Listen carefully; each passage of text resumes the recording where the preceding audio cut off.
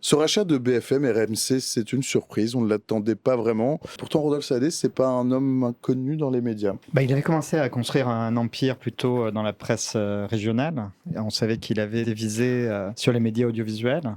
On ne savait pas que ça irait si vite. Marc-Olivier Fogiel n'arrêtait pas de dire que la vente d'Altis n'était pas du tout à l'ordre du Le jour. directeur de la chaîne BFM. Voilà, et que Patrick Drahi avait toujours l'intention de s'investir dans les médias.